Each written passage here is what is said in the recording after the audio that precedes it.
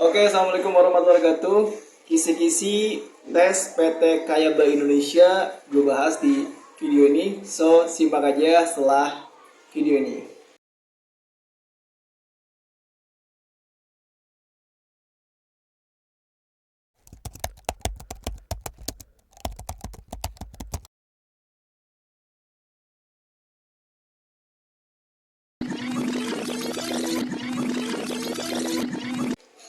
Oke guys, sebelumnya thank you yang udah klik video ini ya. Di video ini adalah video obrolan pulang kerja, di mana bahasanya tentang bahasa dunia kerja, apa yang pengen gue omongin, apa yang pengen gue sampein, gue bahas di sini. Dan sesuai dengan request atau permintaan teman-teman, bahwasanya di live streaming TikTok gue itu banyak yang nanyain tentang Kayaba ya, dimana yang gue tahu ada tes Kayaba di tanggal 20 Agustus ini di teman-teman yang kadang haur atau mungkin nanti di beberapa daerah. Jadi lo bisa simak video ini, dan video ini gue bikin di bulan Agustus 2024 ya, jadi paling baru. Kalau lo nonton di tahun 2027 atau 2030 ya mudah-mudahan masih sama.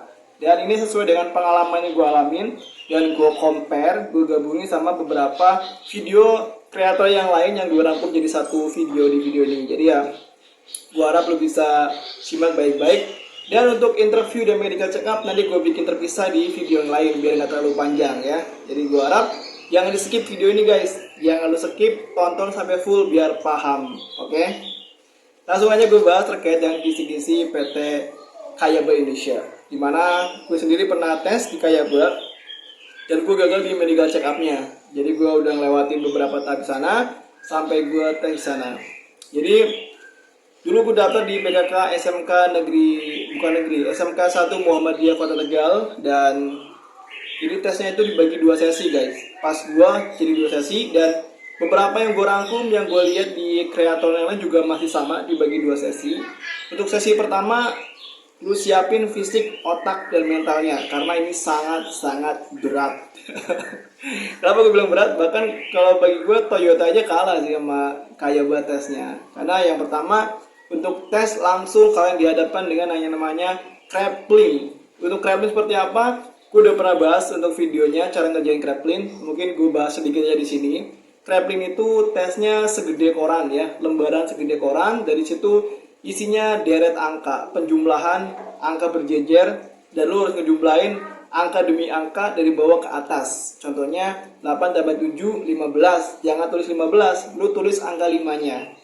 Selanjutnya 7 tambah 2, 9, tulis 9. Terus 2 tambah 8, 10, lu tulis 0. Selanjutnya secepat mungkin. Jangan percaya kalau ada yang bilang tes grappling harus grafiknya bagus. No, itu salah. Tes grappling itu kerjakan secepat mungkin, tapi sesuai dengan instruksi HRD. Karena kan di sana ada kata-kata pindah, dan pindah. Ketika HRD bilang pindah, ya lu pindah. Jangan HRD pindah, lu nulis mulu, malah jadi acak-acakan. Karena setiap deretnya itu beda detiknya. Jangan lu samaratakan, jangan dikarang grafiknya, jangan. Sesuai dengan instruksi, suruh pindah. Yang penting lu kerjakan secepat mungkin. Cara gampangnya kalau pengen cepat ngerjainnya, sebelum tes, kalian coba hafalin dulu di luar kepala kalian penjumlahan 1 sampai dengan 10. Itu harus di luar otak kalian. Misal 1 tambah 1 2, 1 tambah 3 itu 4, 2 tambah 5 itu 7. Itu harus di luar kepala. 1 tambah 1, 1 tambah 10, sampai 2 tambah 2 sampai 10 tambah 10, sampai 9 tambah 9. Itu udah keren banget. Karena kan dia penjumlahan 1 sampai 9 ya. Berarti tabel angka kalau lu cari di Google ada kan tabel angka penjumlahan 1 sampai 10, itu lu hafalin di luar kepala. Jadi ketika lu ngerjain grappling itu nggak ngeblank karena udah hafal. Ketika lu cuman lihat belum dihitung aja udah keluar angkanya. 7 tambah 2 9, 8 tambah 3 11, itu udah hafal. Ya, contohnya 8 tambah 4 12, ya kan? 7 tambah 6 13, itu harus hafal. Jangan lu masih mikir 7 tambah 6 berapa ya? 7 tambah 6 berapa lah? Itu udah pasti lu bakal gagal. Kalau cara hitung-hitungan lu kayak gitu tuh, misal 8 tambah 4 berapa ya? Berapa yang itu masih gagal, karena yang dicari yang cepet. 8 tambah 4 12, 9 tambah 3 12, 7 tambah 5 12, 8 tambah 6 14. Itu harus di luar kepala kalian kalau pengen lolos grappling ya. Jangan ngarang grafik percuma. Oke, itu yang pertama Kraepelin di sesi 1 ya. Jadi di sesi 1 ada 2 tes, ada 6 tes untuk sesi 1. Yang pertama Kraepelin, yang kedua matematika dasar. Ini challenge lagi buat kalian. Udah habis Kraepelin, ditambah lagi matematika dasar. Ngebul nih otak nih.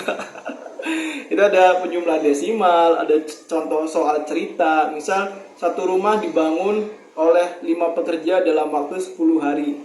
Berapa hari jika pekerjanya ada 10? Kayak gitu contohnya ya. Itu gampang banget. Kalau 5 pekerja bisa selesai 10 hari, kalau yang kerja ada 10 berarti setengah aja lagi. 5 hari udah selesai rumahnya. Simpelnya kayak gitu untuk contoh soal cerita.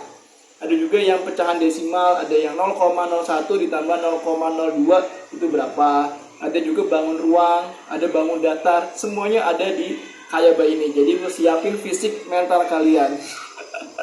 Jangan begadang ya, karena ini benar-benar pusing dan benar-benar menguras energi kalian guys.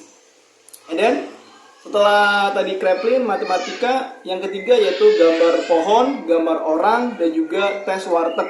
Ini ada di sesi pertama. Gambar orang seperti apa udah pernah gue bikin contohnya di video YouTube juga. Itu gambar orang ya lurus gambar orang utuh, ada mata, ada telinga, ada mulut, dan semuanya lah harus kelihatan utuh ya, nggak boleh setengah badan, harus full, ada kakinya kelihatan, tangannya kelihatan. Dan sedikit tips dari gua, gambar orang yang sedang beraktivitas. Contohnya apa? Contohnya petani, contohnya tukang parkir lagi markirin, contohnya lu bisa gambar, kalau jauh gambar aja orang lagi main bola, orang lagi tendang bola, atau kiper lagi jaga gawang, itu keren banget.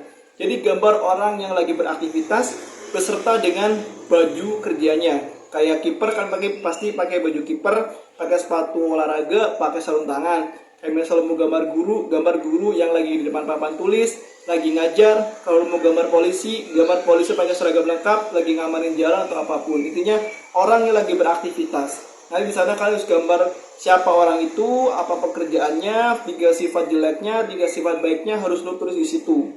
Dan nulis 3 sifat jelek dan bagusnya jangan berlawanan. Misal sifat bagusnya orangnya rajin, nanti lu tulis sifat jeleknya orangnya malas, itu kan berlawanan. Jadi jangan sampai berlawanan ya.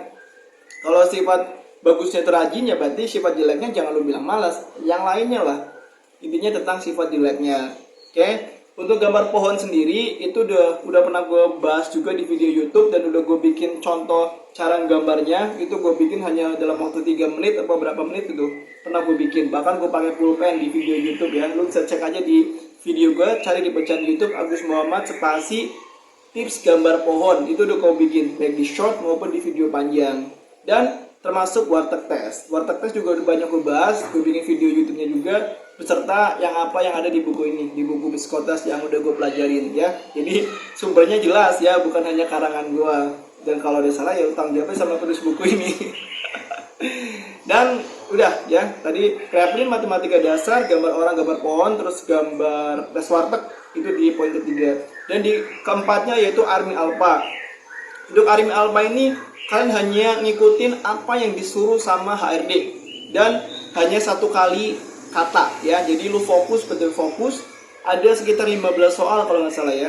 Terkait ini juga udah gue bahas di video YouTube gue berdasarkan buku Psikotes A juga. Lu cek aja di YouTube, cari aja Agus Muhammad spasi Army Alpha, itu pasti nongol.